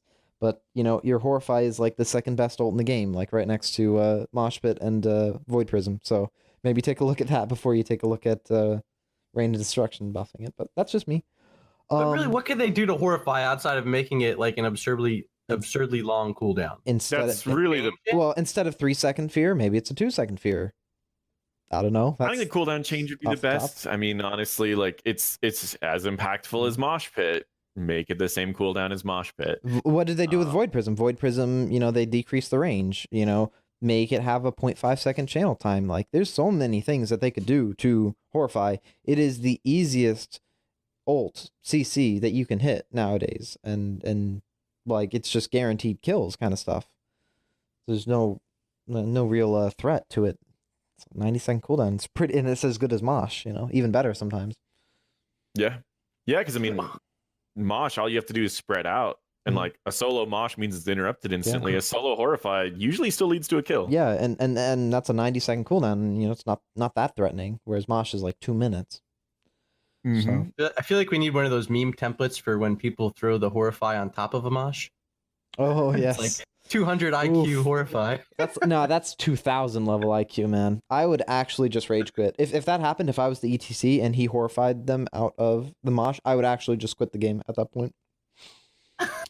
They'll learn the lesson. Darkness Within, that's actually interesting. An interesting buff. No health cost and 25% spell power. Like, I don't know if it competes with the level E talent or the E talent at that level, but that's actually pretty scary in terms of 25% spell power on all of Gul'dan's abilities for 5 seconds. You can permanently keep that up. That's pretty easy to do 600 damage.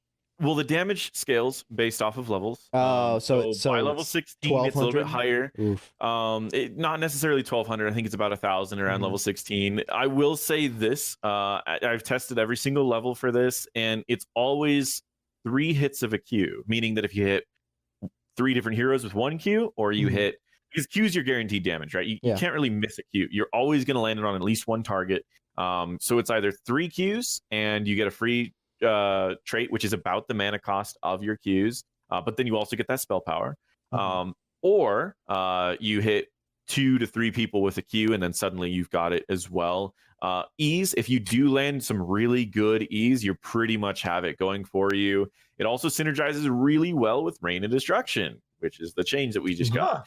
You get extra spell power, your Rain of Destruction's proccing it multiple times, and you can just mash your abilities because you're getting your traits off so fast. So it does work surprisingly well. I think this is one of those situations where there's a point where pure numbers outdoes utility, and I think we're slowly approaching that point where Gul'dan might hit just pure numbers to where who needs Horrify when everything's dying so fast. Yeah. And we're getting to that point very, very quickly. Rain of Destruction already had a good 10% higher win rate than Horrify in low ranks. It's crazy that it's getting even more buffs. Its 70-second cooldown means you can use it for pretty much every objective fight, and also every time you're sieging, and also every time you're defending. It's just such every time you put your mouse and keyboard in your hand.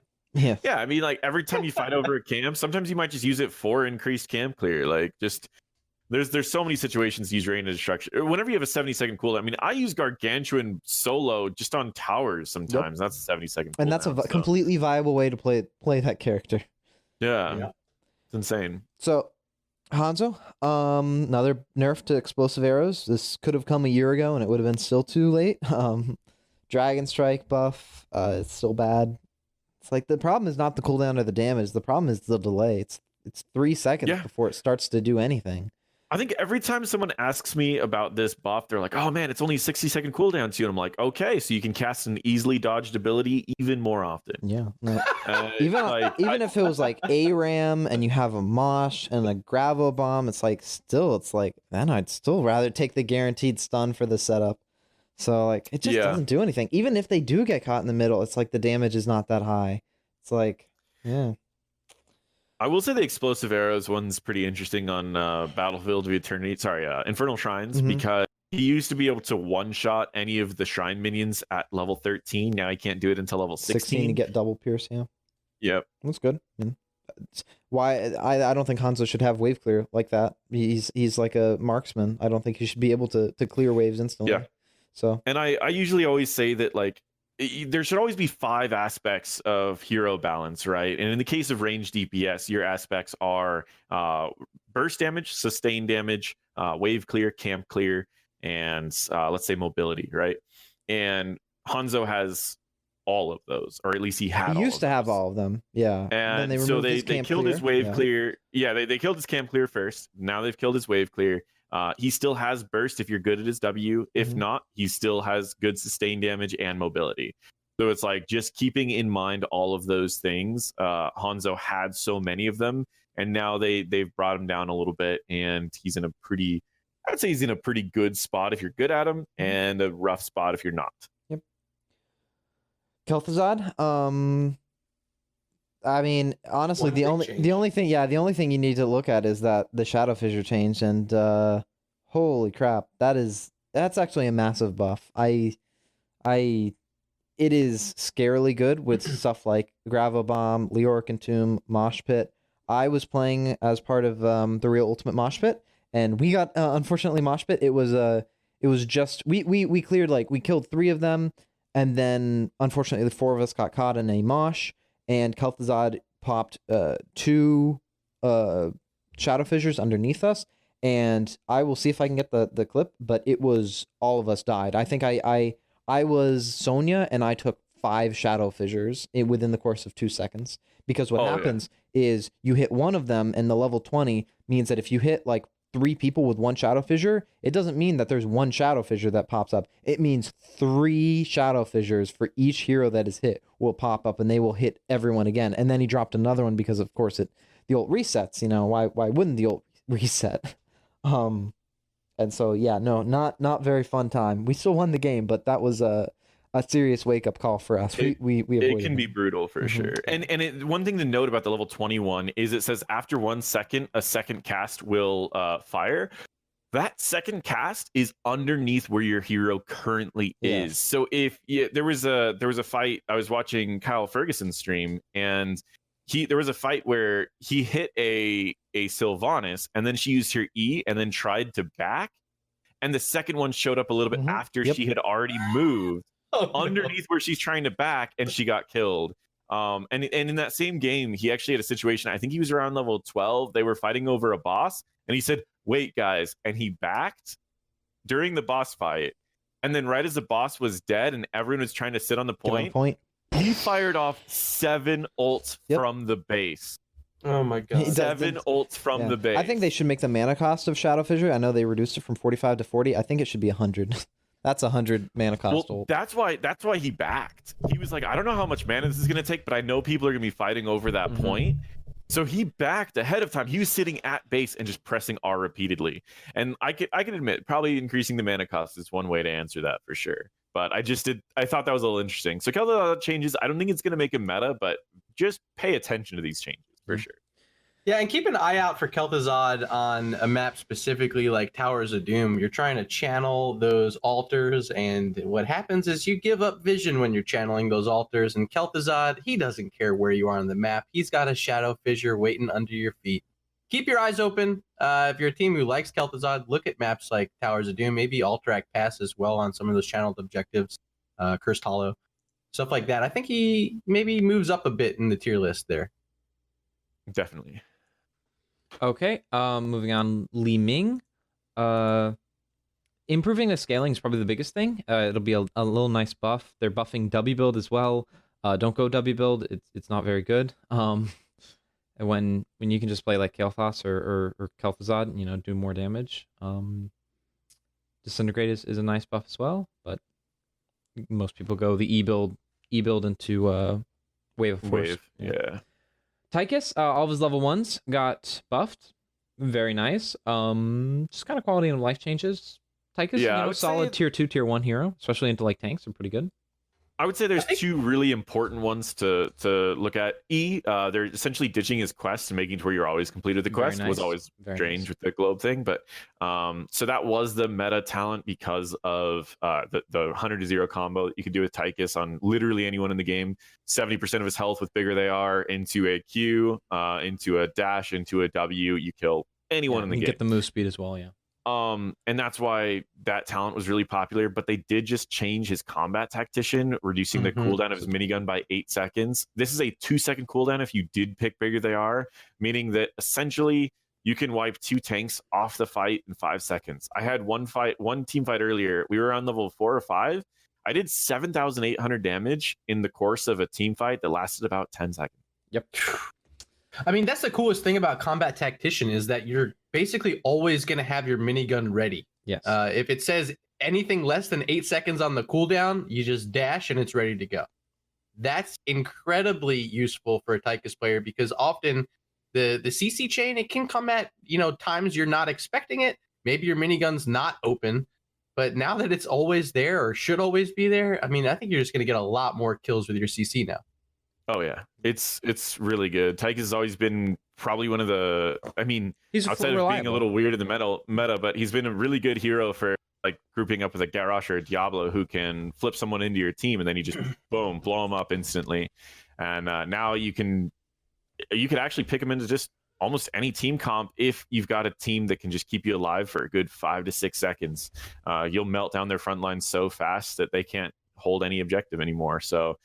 He's interesting. I mean, he's still low range, so you're still always at risk of just getting jumped on. But I was against it was a ETC and a Stitches on Sky Temple, and it was relatively easy to just melt down ETC to the point that he had to slide out. Then I jumped in, melted down Stitches. 6 seconds, literally, was all it took to do 70% of both of their healths. Yep. Dirty. And last but certainly least is Vala.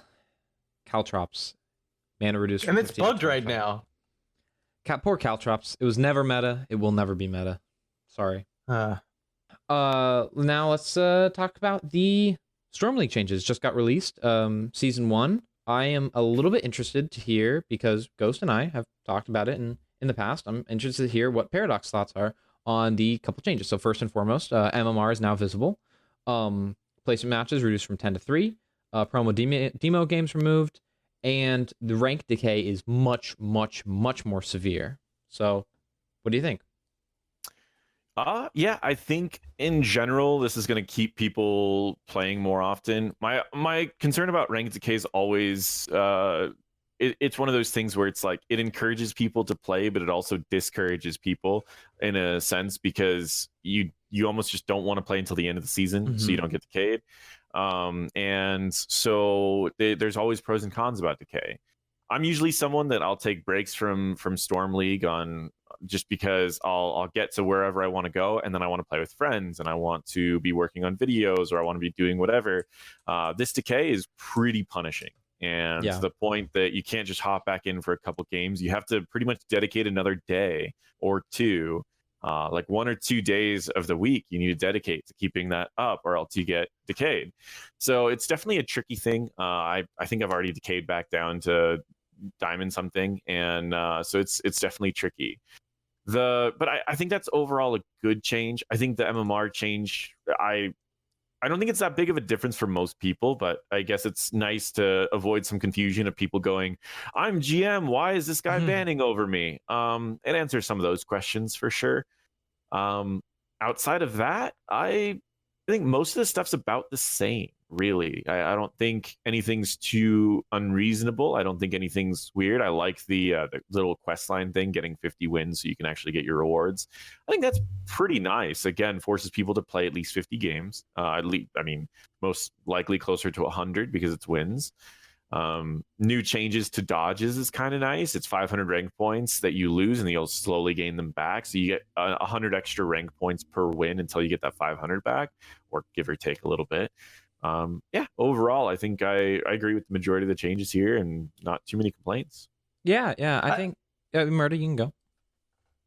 Mine was just quickly in passing about the quest line. I think it's pretty cool. It will force players, if they want those sweet mounts at the end of the season, to hop in and play more than just their placements. And that for in terms of trying to build health of the format, the Storm League format, you just need players. And if they can find ways like this, having a quest line to encourage players to come in and play Storm League, I think that's great. What does it do for Storm League? Not much, obviously. Like, you're just getting vanity items at the end of the season. But ultimately, I think it's going to bring more players in, which should help out the ranks that are a little bit thinner, have more players in those slots of the MMR bracket. Yeah, and that is kind of that was a complaint for a lot of people too, is that there are so many people that would get placed in Masters or get placed in Diamond, play 10 games, and then they would be done every time. They'd get the rank that they wanted, and they would always just get the same rank every single season, and they never moved up or down. Even if these people arguably were nowhere near Masters in skills, they were good enough to follow along to maybe inch out a 40 or 50% win rate to hold their rank every time. Now requiring you to do 50 games, just a good chance you're going to get moved a little bit closer to where you actually should be. So we'll probably see less people that are just sitting in their rank every season.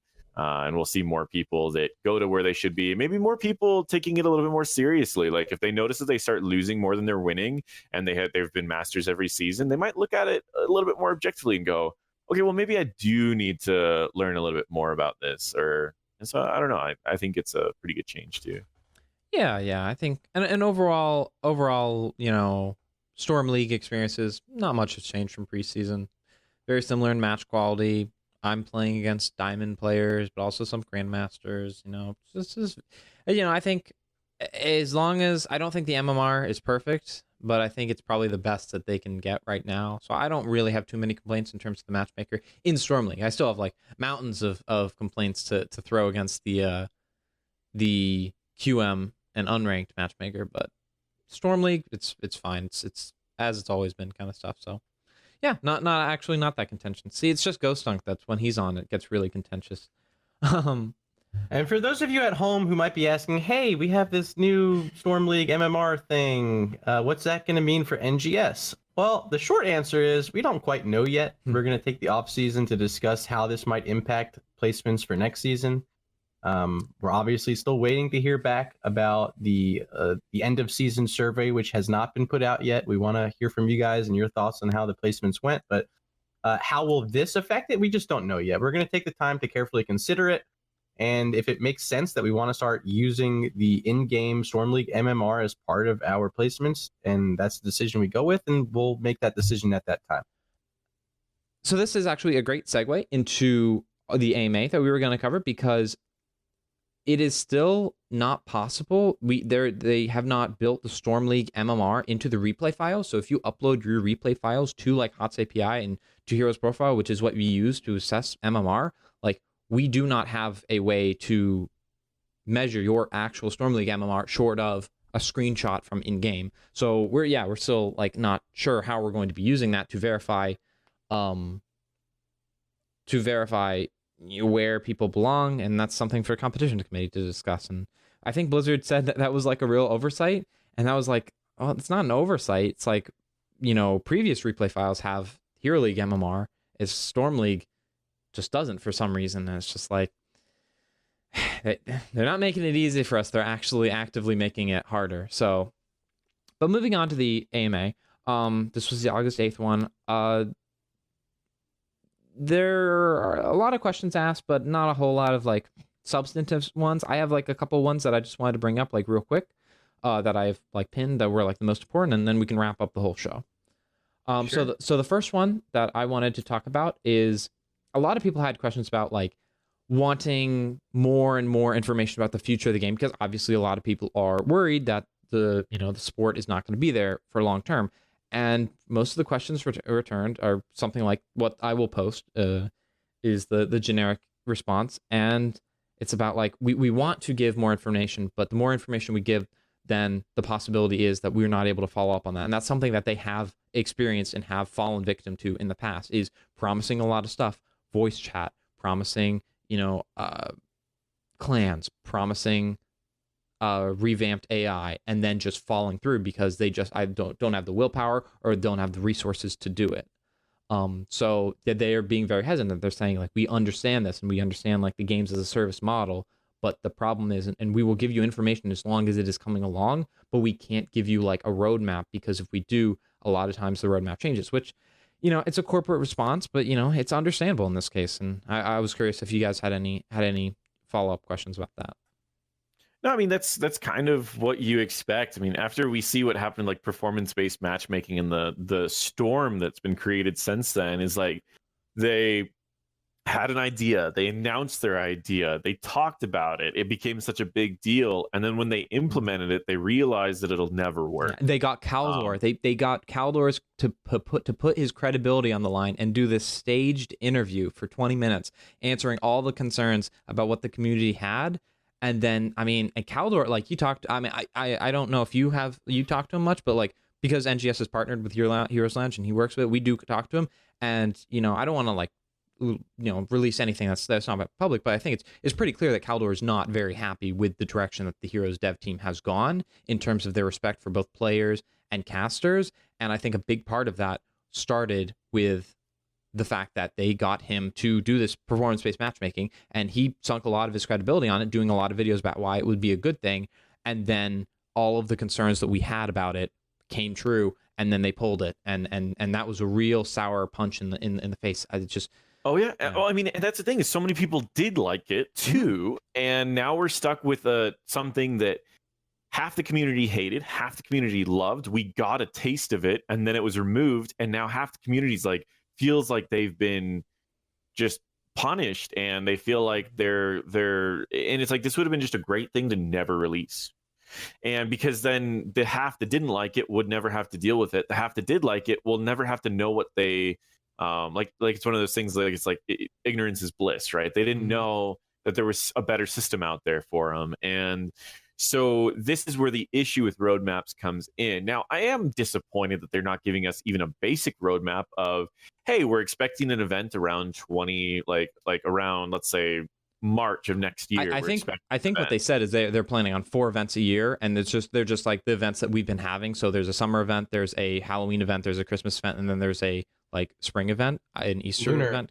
Yeah, the lunar event. I think they were like, yeah, no, those are going to be like the 4 event types, and they might vary a little bit from year to year, but like that's pretty much it. I think that's their general goal, but like anything more specific than that, they don't know, because if they say they wanted to do like a Nexus Mania event again, it's like, well, they have to build a bunch of assets for that, and they don't have the people to do that, so it kind of has to be like it's interesting for sure. I think everyone's kind of just looking for a little bit of hope, Yeah. And I think right now we're just seeing a lot of the same, and so I think everyone's kind of just crossing their fingers. And I understand Caldor's frustration on multiple sides. I've seen his stream. I'm not going to speak for another person. I've talked to him before, but primarily he's just a lot of the content creators are just looking at this going, like, we just want a little bit of hope, we want to make sure that what we're doing is going to matter in more than a year, rather than worried that it's just going to be a drop off. And so I think that's where a lot of these questions came from. And the answers were, a little bit of PR stuff, but at least told us that they're still hoping to have those 4 events every year. So I was on a cruise back in June, and actually bumped into KO Milker on the cruise. And I just briefly got to chat with him for a minute or two, and just the excitement that guy has for the game it's incredible how much he has invested personally into seeing this game be successful. Like, as much as we're fans here on a podcast talking about it, this guy leading is more excited about Heroes of the Storm than anyone I've ever talked to. I think the game's in great hands, but the issue is, how much are they going to be allowed to do? And a lot of that is coming from the corporate side of it. Is Blizzard going to hold back the HOTS development team from putting forward what they really want to do? Or will they have the freedom to be creative, and will they be able to hide from some of the internal kind of complaints coming from the fan base about heroes like Qhira that are new, that they're not expecting and maybe not wanting. All these things combined, I think, is limiting how much they feel like they're able to put out. There's just a lot of factors into it. And I think as a fan base, we need to just be receptive of, hey, these guys are doing their damnedest to give us a really fun product to go out and play. And the more and more we see these little criticisms of like, oh, we don't like this hero because we never asked for it. Well, is the hero fun? Are you having a good time? Does it look cool? Like, Qhira's honestly, Qhira's the funnest hero that they've released in probably 2 years. I agree. She is so much fun to 100% play. agree. It's like, I don't understand the complaint that people have. It's like, oh, it could have been Deathwing. It's like, okay, you go make a game and you go put Deathwing in it. Okay, they get to decide what they put in. It's like this, and it kind of, I hate to use the word, but it isn't a sort of entitlement. It's like they're gonna make the game that they want. Okay, and it's like you can stay or you can leave. You know. And that's my point. I think as fans, as listeners to this podcast, whoever you are out there, just be receptive to what they're trying to put out, because I promise you they're doing the best they can with what they have to work with. And I've been impressed. There's obviously people out there that aren't, but with time, I think we're going to end up in similar happiness levels that we've been at. Like, the game's in good hands, the game's still playable, the game's still fun. It's just a matter of like personal perception. If you want to have a good time, you're going to go have a good time. Yeah. Shout out to Wraithling, who asked a question about provide an API to at least the parsed data of the games. That was one of the highest voted questions that did not get responded to. And Samil's up here too. He asked a question. Well, I mean, we talked about that earlier about the fact that the Storm League MMR is not included, and Blizzard's just like, oh, never thought about it. And it's like, yeah, no, that was a conscious decision not to include it. It's probably not the hardest thing because you have the coding for Hero League MMR. You just didn't include it for Storm League. Last thing that I want to note on would be the AI. So this would be from Firebrand Salamander. Any update on fixing AI? Having a player disconnect is almost a guaranteed loss due to AI trying to solo bosses or running behind enemy forts. I just wanted to read it all because it's not that long. It's just like 2 or 3 sentences, but I really wanted to soak it in. Good morning, Firebrand Salamander. We are heavily invested in making improvements to our AI, and one of our gameplay engineers, hi Jeff, has been hard at work on them. We have some substantial changes that are testing internally, and with QA sign off, plan to get to you ASAP. This is very important to us, and I doubt we will ever be done trying to improve them. This coming round of changes are looking to improve their fundamental decision making while more accurately establishing and validating different goals and threats. Thank you for your patience. I hope it will be well worth the wait. It will not. And the reasoning it being that this is the 3rd time that they have promised a wholesale reform of the AI system, and every time it is either led to them being very similar to what has been the case, or in the worst case, even worse. And I don't know if they are lying to us, but it seems like one of the most disingenuous arguments, because AI actually works fine in this game. I know this is an unpopular opinion. AI works. It's just in versus AI that it works. I don't know if you two play versus AI that much. I don't, but I was trying Qhira on the PTR against AI there, and I was astounded by how good the elite AI was. It was making combos, it was comboing abilities, it was showing up to objectives, it was working so well, and I was absolutely astounded. Like, the micro decision making, the macro decision making, the AI, the good AI exists in this game. It's in versus AI, and for some reason they have deliberately chosen not to implement that AI in regular games. I think it's because the AI would be better than a good substantial chunk of the player base. This is true. Yeah. I think you're right. And I think when a player disconnects, right, you have one of 5 AI with you. It's either like beginner, easy, normal, advanced, or expert, right? Like, it's one of those 5 levels. I don't think they're giving you the expert AI. They're giving you like the middle one, if anything, I'd guess. So this is where a little bit of tinfoil comes in, and I'll explain why you get a different AI in game. The AI in versus AI have a programming to immediately go to objectives, right? Well, the issue is say you don't need to go to an objective right away. Say, for example, it's Volskaya, they're level 7, you're level 6, and you're like, let's just hit 7 first. Would you want your AI to just beeline straight up to the objective and die? Because that's essentially the AI you're going against in versus AI. Well, I'd want them to do either, but the problem is that the AI in live right now doesn't do either. It doesn't do either. No, the AI in live is it has priority on follow. So it'll try to follow you to where you're trying to go. And if there is a wave that's crashing, it tries to get soaked first. So if you click for follow, it'll follow. And if there's no waves crashing, it'll follow. As far as mechanics, they do about the same thing. Certain heroes, of course, are naturally going to be better for AI. People always make jokes about the Ana AI, how it never misses a shot. Mhm. That still exists in the game. If your Ana leaves in low ranks, you're certainly getting someone who's a lot better by having them leave. The other thing is the AI in general does have things you can abuse. Like I was showing people on stream a while back how the AI in versus AI expert can be abused by just moving forward and backward or moving up and down. Because literally, if you go up to a whole bunch of them that are on an objective and you just start moving left and right, all of them are going to just start moving left and right.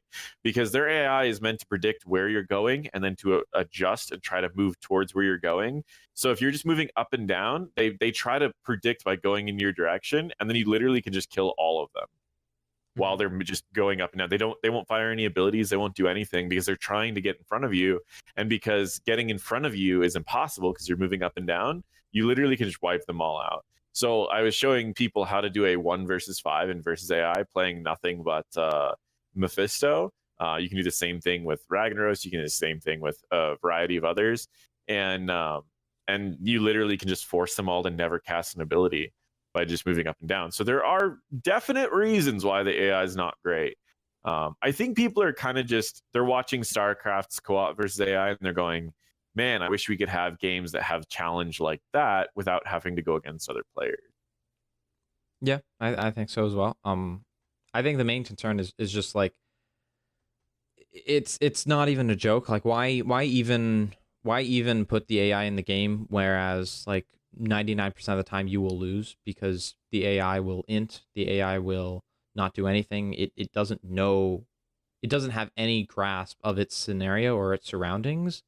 And so like League doesn't even pretend to do this. You know, they haven't trained AI. They will just say like it will go back to base and it will just sit there, wait for a person to return, because you can actually win a 4v5 in League if your team is sufficiently fed and if your character doesn't feed the enemy team. I think what they should probably do is AI can't give enemy XP. You know, if your Rhaegar wants to just go and feed 10 kills because it's an AI, I don't think it should give any XP. Because that is just a fundamental flaw. Blizzard is essentially handicapping your team even more than it is already. So I think you should be given the option to immediately FF the game, or if you think you can win, then like at least have the option to say like, hey Rhaegar, like just don't come out of base.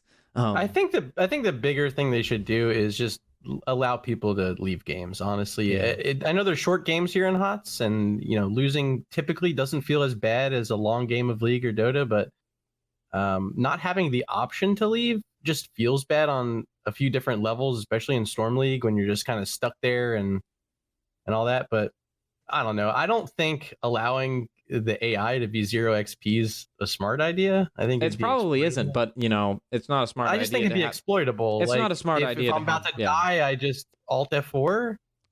I mean, I don't think that many people. I don't think that many people would do that, especially with the reconnect system being 5 minutes. That's like, I think you probably do yourself worth. I don't think anybody would do that, but I agree, it's not a great solution. But you know what? It's better than having an AI that has not worked for 2.5 years, you know, and that is the absolute God's truth, is that AI has not worked in a passable way in 2.5 years. It used to work. It used to be fine. It used to work okay. There were memes about body TC being a god at pro level. Hey, Murden has that is gone now. Win. Yeah.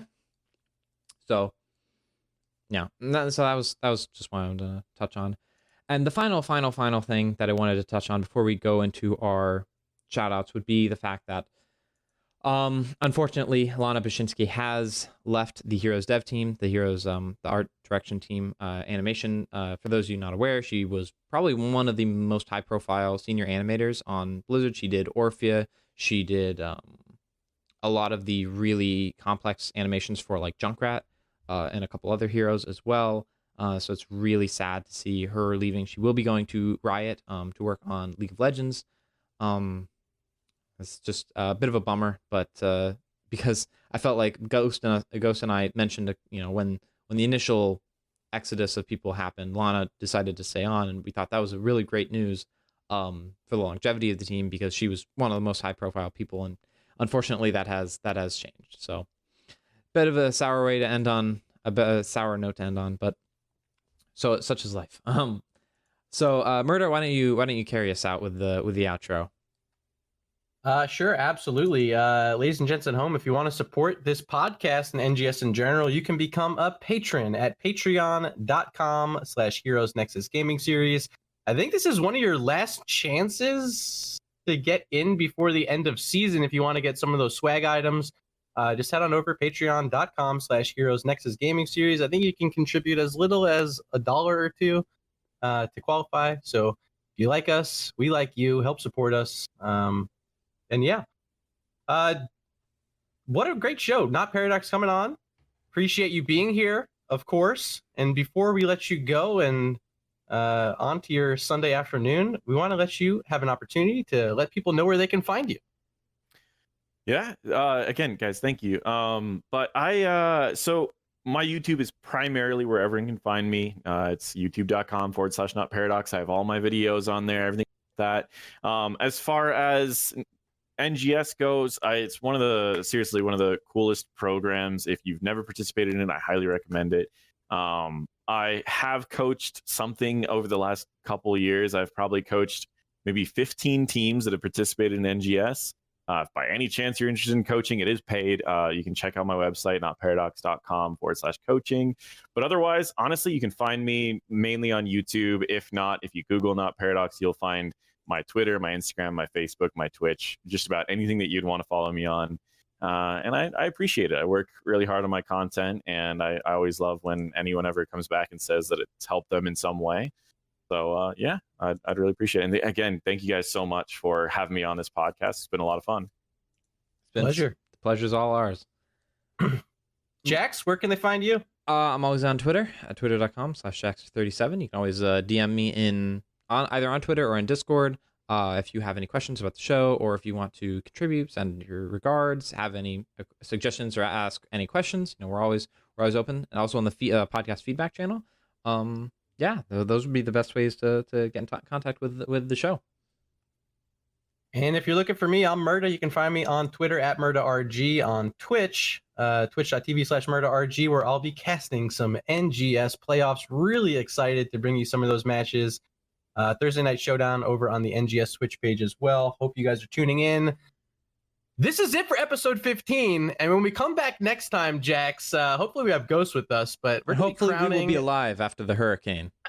Oh, that's true. This show, actually, the last thing I do want to mention is this pod might actually be delayed a week if I do lose power, because I am bunkering down for the hurricane as we speak.